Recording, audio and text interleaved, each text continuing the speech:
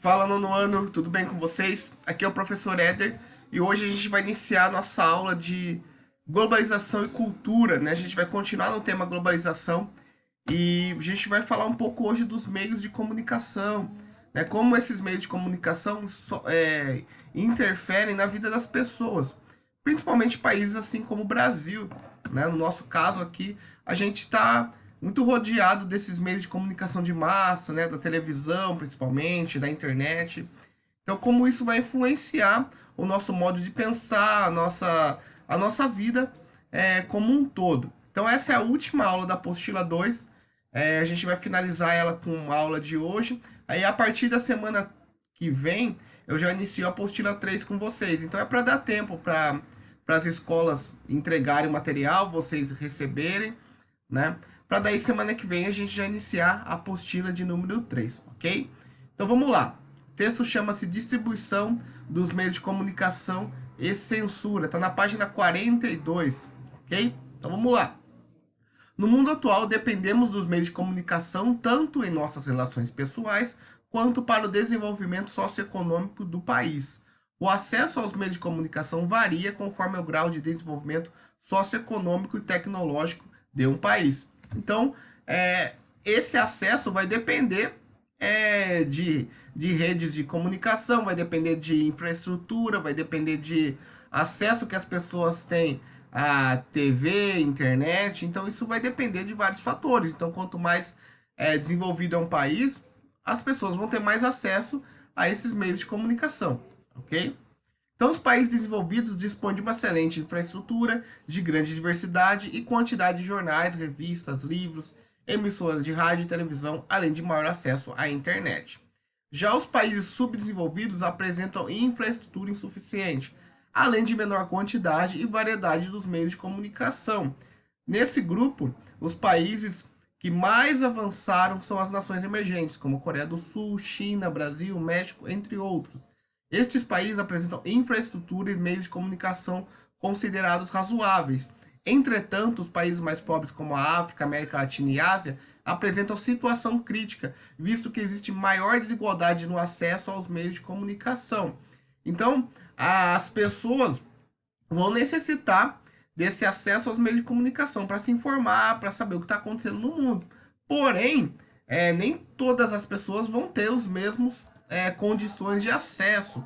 Existem países pobres onde as pessoas não têm condição de ter uma TV, ter um computador, ter um celular e muito menos infraestrutura nesses países, né, de antena, de cabos de fibra ótica para fazer a transmissão dessas informações. Então, muitas vezes, esse controle sobre a mídia ou sobre a infraestrutura vai fazer com que só a informação oficial do governo seja divulgada, né? No caso dos países que têm governos ditatoriais, ok?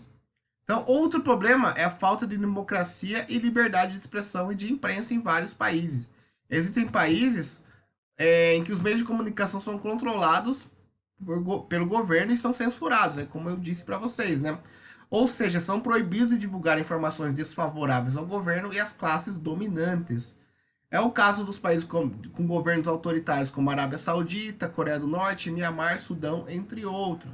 Aqui no Brasil vivemos uma situação semelhante na época da ditadura militar, que foi de 1964 a 1985, em que os jornais, revistas, rádios e televisão eram censurados e jornalistas eram monitorados. Nos períodos mais críticos, alguns textos contrários ao governo eram substituídos por receitas de bolo. Então aqui, pessoal, no Brasil, na época da ditadura militar, existia o que a gente chamava de censura prévia. Ou seja, o seu texto que você ia publicar no jornal ou a sua música que o artista ia colocar num disco, ela ia para a censura, né? Daí o censor do governo, ele ia analisar e autorizar se aquilo seria publicado ou não. Então existem vários e vários casos aí de artistas, de jornalistas, né, que foram censurados no período. E os jornais, como uma forma de protesto silencioso, o que eles faziam? Quando uma publicação era censurada, aquele espaço que ia ter a publicação, eles publicavam uma receita de bolo. Então, para a pessoa que estava lendo, saber que naquele espaço um texto foi censurado pelo governo, né? Então, isso é uma situação bem crítica que o Brasil passou e alguns países passam até hoje. Mas esse é um tipo de censura, mas existem vários outros tipos de censura que são feitos até hoje, né? E as corporações de mídia, né? Como elas vão influenciar as pessoas, influenciar a opinião pública? Então vamos entender isso aí. As empresas culturais são responsáveis por grande parte da produção e de entretenimento e bens culturais. Filósofos da escola de Frankfurt, como a Theodor Adorno e Horkheimer, estudaram a indústria cultural, na qual a cultura se torna um produto comercial. Estilos, comportamento, cultura popular, cultura erudita e imaginação são absorvidos pelos meios de comunicação de massa, como a rádio, a televisão, o cinema, padronizados e transformados em mercadoria, por vezes descartável e não levando à reflexão, né? Então isso a gente pode mostrar de vários e vários exemplos, né? O cinema de Hollywood, né? O cinema é uma arte. Só que o cinema hollywoodiano, né, principalmente os grandes filmes, hoje são um produto comercial, né? As pessoas vão lá, pagam por aquilo, de alguma forma são influenciados por aquela grandiosidade, né? E isso molda a vida das pessoas, como na música. A gente pode pegar vários estilos de música, como a música sertaneja, que era uma música feita no interior do Brasil, no sertão, e hoje é um produto comercial, né? Que as pessoas ganham muito dinheiro, né? O funk, que era uma música restrita às periferias, e hoje um estilo totalmente comercial também. Então isso está tudo inserido na indústria cultural, que vai moldar a comunicação de massa e influenciar a sociedade, né? Principalmente os mais jovens, que têm maior acesso a esse tipo de informação e são mais influenciáveis por ela também.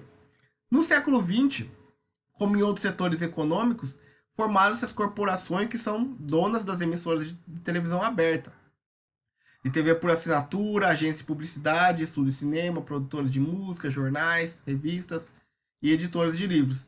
São poderosas empresas de mídia, por sua vez, estão intimamente ligadas aos interesses de outras corporações da produção material e do sistema financeiro. Então, o texto ele vai dar o exemplo aí da Disney, né? Como a Disney, ela, apesar de ter toda aquela beleza, toda aquela pureza dos personagens, mas como ela também serviu para influenciar a cultura americana para o restante do mundo, principalmente no período de Guerra Fria também. Então, esses estúdios de cinema servem também para mostrar um lado apenas da história, né? Mostrar um lado, um tipo de interpretação apenas, né?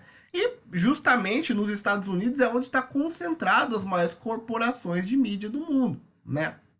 A Fox, a Warner, a própria Disney, que a gente já viu aí, a NBC, que são as empresas que vão produzir os filmes, as séries. É por isso que a cultura americana é uma cultura que influencia todos os países, né?